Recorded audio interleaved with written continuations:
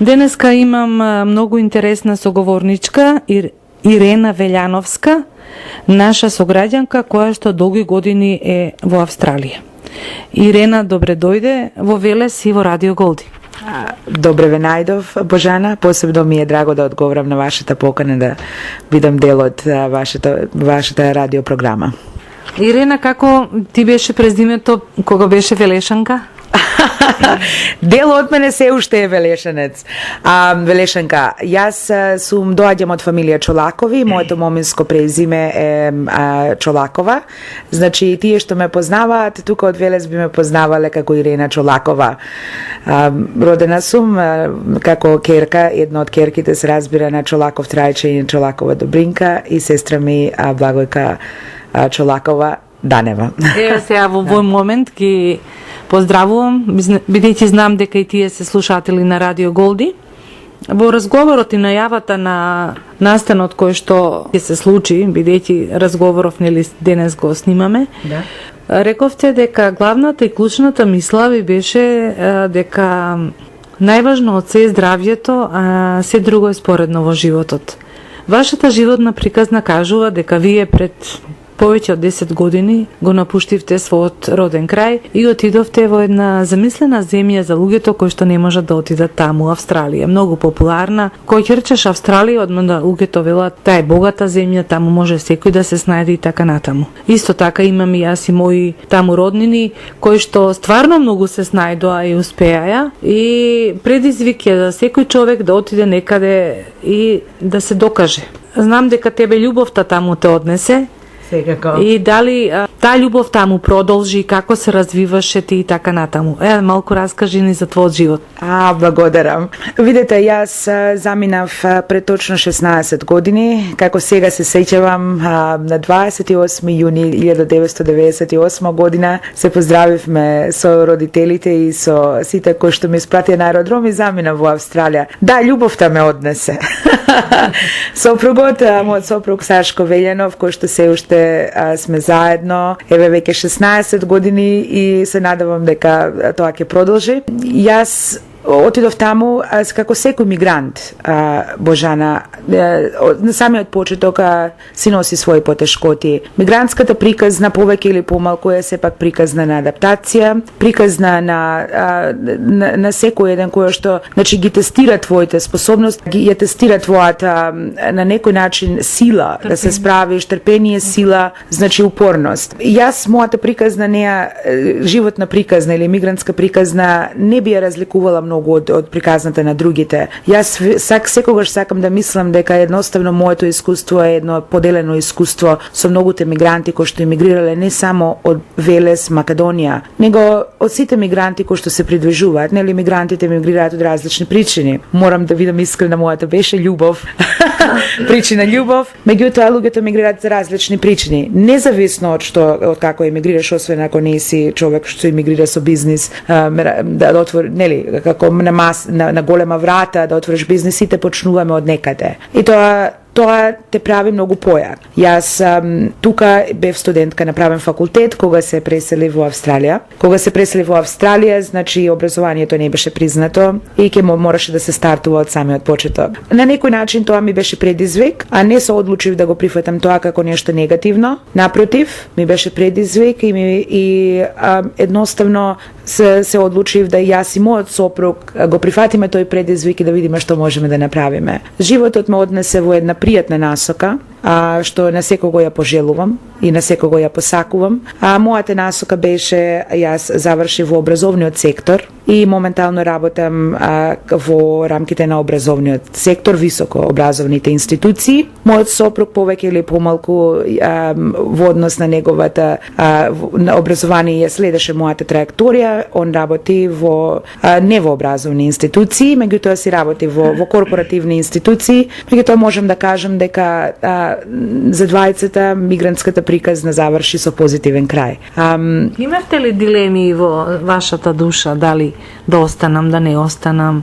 Каква беше таа носталгија за Велес? Ова прашање е навистина емотивно прашање, меѓутоа ќе го доставам со одговор. Мислам дека навистина вреди да се разговара за ова. Велес секогаш ќе биде дел од мене. Јас пораснав до 21 година живее во Велес. Сите спомени за едно прекрасно детство ги имам тука. Спомените од бавчета, на мајка ми и на татко ми, прекрасните цвекиња, патлиџаните и чушките и овошјето на мајка ми и на татко ми, не можам да го заборавам. Се школува во Кирил и Методи, секогаш ми е драг, секогаш се гордеам и кога зборувам за мојата едукативна траекторија, секогаш се осврнувам дека моите основи образовни биле во училиштето Кирил и Методи, понатаму во гимназијата Кочо Рацин. Основите и фактот што јас денес работам како професор на универзитет, основите ми биле дадени во образовните институции тука. Другарките, пријателите и фамилијата. Тоа е нешто што секогаш ќе биде дел од мене и секогаш ќе го одликува и ќе биде фактор во мојот идентитет. И јас пак ќе речем, како секој мигрант, повеќе или помалку, нели? Носталгијата те прати. Меѓутоа, од секогаш сум сметала дека носталгијата е исто така еден предизвик кој што мораш да ја совладаш. Беше малку потешко во самиот почеток кога комуникацијските канали не беа толку добро естаблирани, иако се преселив само пред 16 години, можете да замислите како им било на луѓето кога се преселе по 60 години. Пред 60 пак ја пратиш едно писмо, па тогаш 3 месеци ти треба додека дојде писмото на другата страна на светот. Тоа јас не го доживеав. Можеше едноставно ќе го кренеш телефонот, ќе си слушнеш мајка, татко, сестра, меѓутоа тоа не значи дека не ти недостасуваат. Меѓутоа науката растела во вашата, вие тука се докажувавте, така? Да, апсолутно. Мојата, пак ќе речем, мигрантска приказна заврши, мислам дека пријатно, со добар, барем сега, добар резултат. Да, барем сега, како што рековме претходно, јас моментално работам како професор при Универзитетот на Западен Сиднеј во сферата на општествените науки. Позицијата која што ја држам, работам при катедрата за социологија и криминологија. Работам како дел од еден прекрасен колегиум во професорката по чие што менторство јас го завршив мојот докторат е токму истата професорка која што сега ми е колешка и не можам да кажам колку ми е драго да бидам во еден таков круг. Меѓутоа морам да речем дека ова пак ќе речем да не бидам сега малку како само бендисана. Меѓутоа успешна приказна, мигрантска приказна која што се надевам дека ќе биде практично и пожекувам на секого да биде на пример мигрантската приказна. Беше длабоко поврзана со контактите што ги остварив на самиот почеток со еминентни македонци во австралиската диаспора. Како например, како што реков господинот Душан Ристевски, како господинот Илија Чашуле, тие луѓе и многу други проминентни луѓе кои што работеа и беа естаблирани работници дали во сферата на образованието, дали во сферата на културата, дали во сферата на развиток на граѓанска иницијатива. Вие сте се луѓето што на некој начин те поддржнуваат. Многу тешка тема. Мислам, секојдневна социолошка, криминалот во една држава. Зошто се појавува? Како им објаснувате на студентите? Видете, ја морам да кажам дека иако работам при катедрата на криминологија и социологија, јас сум професор по социологија. Имаме колеги што предаваат тоа криминологија. Меѓутоа во главна смисла што е мојата позиција како професор во социологија, ние студентите кои што завршуваат на нашиот факултет завршуваат во различни капацитети и може да работат на различни струки. Ако може, тоа веројатно ве интересира, да. И да направиме споредба, бидејќи социологијата го разглобува и го изучува општеството. Да, дефинитивно. Да направиме споредба меѓу една мала земја како што потекнувате вие од тука, една земја каде што глобално се занимава со цел свет. Па видете, сега јас, пошто искуството мое во образовните институции тука е како студент, а не е како образовач. Меѓутоа, можам да кажам дека Ви успешно се вклопивте таму. Да, успешно се вклопив таму, морам да признам.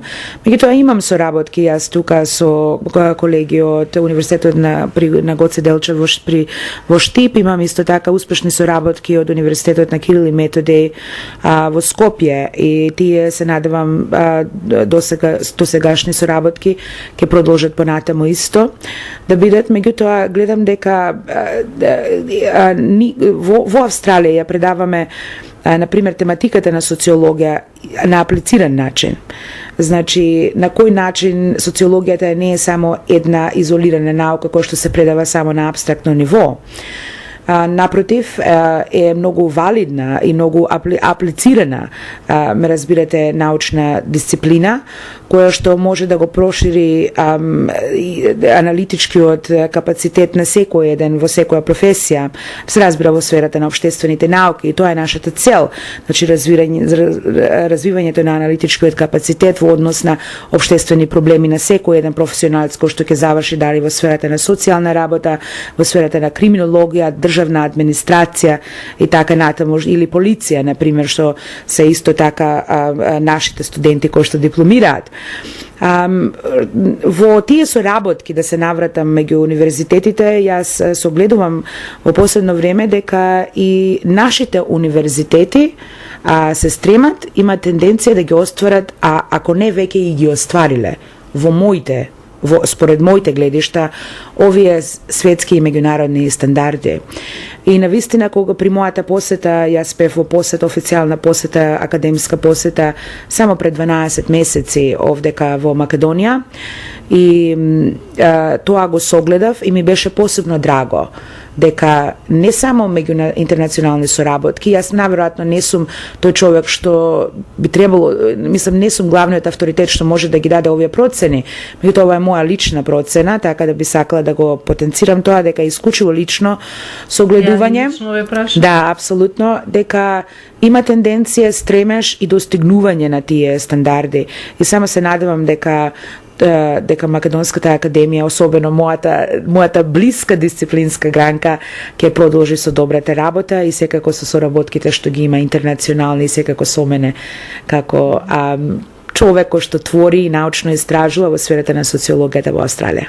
Верувам дека сте многу почитувана и од колегите и од студентите, но сега сакам во една друга област да одиме. Да. Дали една успешна професорка на факултет и жена која што оди во слободното време во театар е добра домаќинка? Каква домаќинка е австралијанката? Божана, јас сум супер домаќинка. Нели имаше една изрека во Веле, мислам во Македонија, фали ме усто или како ќе те раскинам, да. Да, фали ме усто ќе те. Видете, независно од тоа што јас имам навистина зафатен професионален живот и имам навистина ангажмани што се, нели, доброволни ангажмани во театарот, исто така во други невладини организации што се фокусираат на работа со македонците. Јас сама себе се наоѓам многу горда дека јас успеав да го одржам тој домакински начин на водење на едно домакинство. И ја го разбирам дека некогаш тоа може да биде подлежно на некој критицизам. Ја мислам дека перфектно оди тој баланс во 21 век. Значи, тој баланс може да се постигне и работи за секого. Јас наоѓам посебно задоволство кога ќе влезам во кујна и кога во таа кујна ќе можам да го сготвам гравче како што мајка ми го готвеше. Значи, ќе направам турче како што баба ми Нада правеше, например. Или ќе успеам да направам фурма како што баба ми Павли направеше. Значи, сите тие работи останале со мене. Сопругот е исто, многу аплициран, многу е заинтересиран за кујна, и то он ми помага. Имам... За тоа посебно кој Апсолутно. И знаете, он има исто семејство кое што е, например, навистина многу насочено исто кон традиционални јадења, одржување на македонска кујна и така натаму, и многу од рецептите, например, доаѓаат исто и се пренесени од таа страна на фамилијата што се одвиваат во нашата кујна. Така да навистина се осеќам се чувствувам дека тоа работи за себе. Ако може само да споменам, сега веќе гледајте, тука веќе ме, нели, можам да зборувам до утре на оваа тема. Меѓутоа нешто што посебно ми е драго е моментално сопругот и јас имаме бавча, уствари имаме двор назад напред. Сега, во последната година и пол, мојот сопруг и јас решивме да направиме една реплика од бавчата на мајка ми и на татко ми во Речани назад во Сиднејскиот двор во Маунт Анан. Така да, во кога е сезона, можеш назад во нашиот двор да најдеш се што можеш да најдеш, најверојатно по велешките бавче, почнувајќи од патлиџани, пиперки, да ги кажам чушки треба уствари по велешки, да не ме караат. Чушки, црни патлиџани, значи се што можеш да најдеш, можеш да најдеш кај нас. И тоа е особено ми е драго чувство кога ќе се разбудам на Себале, кога ќе отидам назад во дворот и кога ќе можам баш ама така на прав начин да земам една мотика и да ископам, ме разбирате? Тие активности, значи, шалата на страна, меѓутоа тие активности навистина го балансираат зафатениот живот, кој што навистина Сидне знае да биде доста суров во однос на побарувањето на луѓето кои што имаат кариери. Така да, сето ова што го зборувам и што го споменавте во однос на домакинлакот, во однос на, еве јас го придодедов ова за бавчета и така натаму, е нешто што навистина нуди еден здрав баланс, нуди едно здраво прибежиште или на некој начин една зона на комоција, во која што можеш да се регенерираш, да се ја обновиш својата енергија и да се соочиш со новите значи предизвици кои што следуваат на професионално ниво утредента. Така да сега за сега само би можела да пожелам на секој еден да го осети тој баланс, нели, да осети таа среќа. Дали се дружите таму, имате пријателки, каков е менталитетот на тие жени? Зборувате за македонската заедница или за... да, зборувате, да. Видете, нашиот круг на движење е мултикултурен е. Австралија и австралското општество е повеќе културно. Значи, тие норми и стандарди кои што и тие замислувања за австралиското општество и нација како што биле пред 60-70 години, значи, веќе не се оние не се во секојдневието, се сосема различни. Значи, идеологијата или идејата за Австралија како чисто англо-келтичка земја, не ја доживуваме така.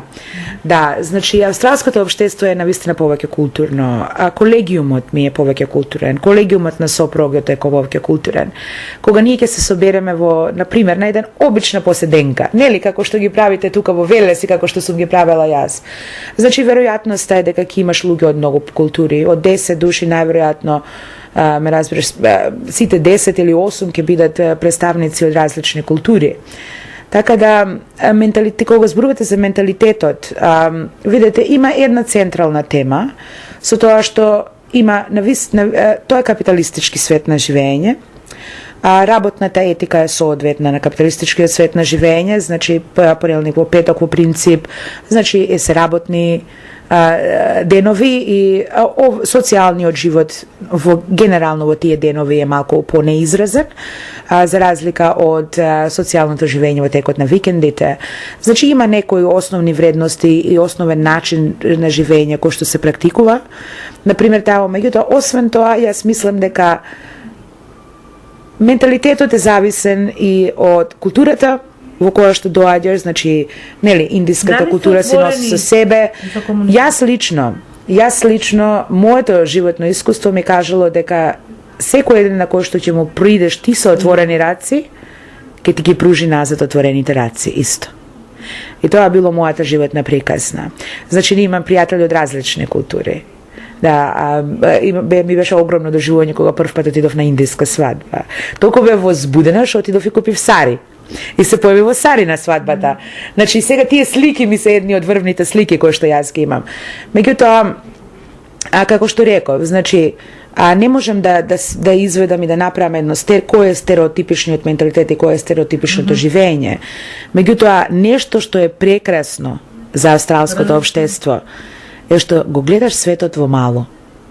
Буквално, сите светски култури се представени во австралското општество. Ако јас сакам да се изложам на индиска култура, можам да отидам во Ливерпул, кој што е едно од населбите, например во Сиднеј, и се изложувам, можам да влезам да купам индиска гардероба, да влезам во индиски ресторан. Ако имам интерес да научам за виетнамската култура, можам да отидам во виетнамски ресторан, да отидам да купам од нивните продавници, кои што се, продаваат нивна роба и така натаму. Секој што сака да научи. Апсолутно. Следното што сакав да кажам е дека ако некој е заинтересиран за македонската култура, од скара до бурек, до плетени скуталиња, везени работи, изработки, резби, се можеш да откопеш. Значи, македонската култура е многу изразена, сочувана и негувана од македонците во диаспората. И нешто што мислам дека ја направи нашата мигрантска приказна позитивна и што ја прави мигрантските приказни воопшто генерално позитивни во последно време, на македонците сега зборувам, е тоа што нашите драги предци, кога отишле за прв пат таму, да речем предци за тоа што веќе има по пета генерација некои, нашите први отишле во крајот на 19 век, има документи, тоа дел од истражувањето, јас што го правя во докторатот, значи ги евидентирав со архивските документи. Значи, тие луѓе дале се од себе да постават и да изградат инфраструктура и македонски да естаблираат заедницата видна, што ние едноставно дојдовме и се почувствувавме на некој начин како дома. И јас само можам да се надевам дека ангажманот што го имам сега и дека енергијата која што јас и сопругот ја даваме и многу од нашите познаници и многу луѓе во диаспората се доволно и се достоинствени да искажат респект и почит према тие што ги поставиле темелите на македонските институции во Австралија и се надевам дека нема да го свртиме нашиот грб кон тоа и дека ќе ги удостоиме нивните чекори, едноставно ќе чекориме по нивната по траекторија. Ете тоа, можам само да... Денеска оди оваа емисија, денеска е петок. Оваа емисија е доста слушана. Верувам дека со задоволство не слушаа и слушнаа и за тебе и твоите блиски, оние кои што не те знаат, а оние кои што сакаат да те гледаат како ќе играш во представата Борење со мечка. Нека дојдат вечерва во 20 часот во Народниот театар Јордан Хаджи Константинот Джинот и нека ја проследат представата од Австралиско-македонскиот театар од Сиднеј. Почитувани слушатели, верувам дека овие луѓе кои што толку ја сакаат нашата земја и покрај тоа што живеат таму, заслужуваат да ги пречекаме како добри домаќини, како велешани што знаат да бидат секогаш.